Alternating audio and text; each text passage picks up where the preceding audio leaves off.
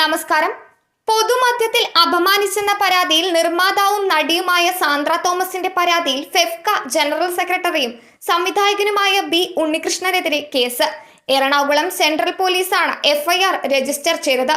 കോടതി നിർദ്ദേശപ്രകാരമായിരുന്നു നടപടി. നിർമ്മാതാവ് ആൻഡോ ജോസഫ് കേസിലെ രണ്ടാം പ്രതിയാണ്. സിനിമയിൽ നിന്ന് മാറ്റി നിർത്താൻ ബി ഉണ്ണികൃഷ്ണൻ ശ്രമിക്കുന്നതായും വൈരാഗ്യത്തിനു പിന്നിൽ ഹേമ കമ്മിറ്റിക്ക് മൊഴി നൽകിയതാണെന്നും സാന്ദ്ര പറയുന്നു.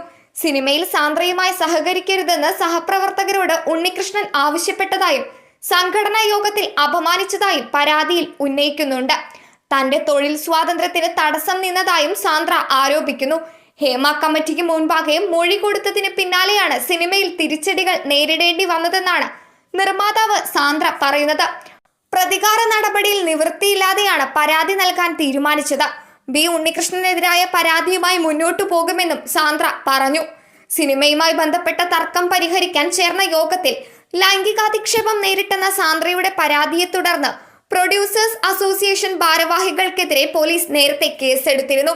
ഭാരവാഹികൾക്കെതിരെ ഗുരുതര ആരോപണങ്ങൾ ഉന്നയിച്ചതിന് പിന്നാലെ സംഘടനയുടെ സൽപ്പേരിന് കളങ്കം ഉണ്ടാക്കിയെന്ന് ചൂണ്ടിക്കാട്ടി നിർമ്മാതാക്കളുടെ സംഘടനയിൽ നിന്ന് സാന്ദ്രയെ പുറത്താക്കി. ഇതിനെതിരെ സാന്ദ്ര കോടതിയെ സമീപിച്ചു. അന്തിമ ഉത്തരവ് വരും വരെ സാന്ദ്ര തോമസിന് പ്രൊഡ്യൂസേഴ്സ് അസോസിയേഷൻ അംഗമായി തുടരാമെന്ന് കോടതി ഉത്തരവിടുകയായിരുന്നു. News desk മലയാളാക്ഷരം.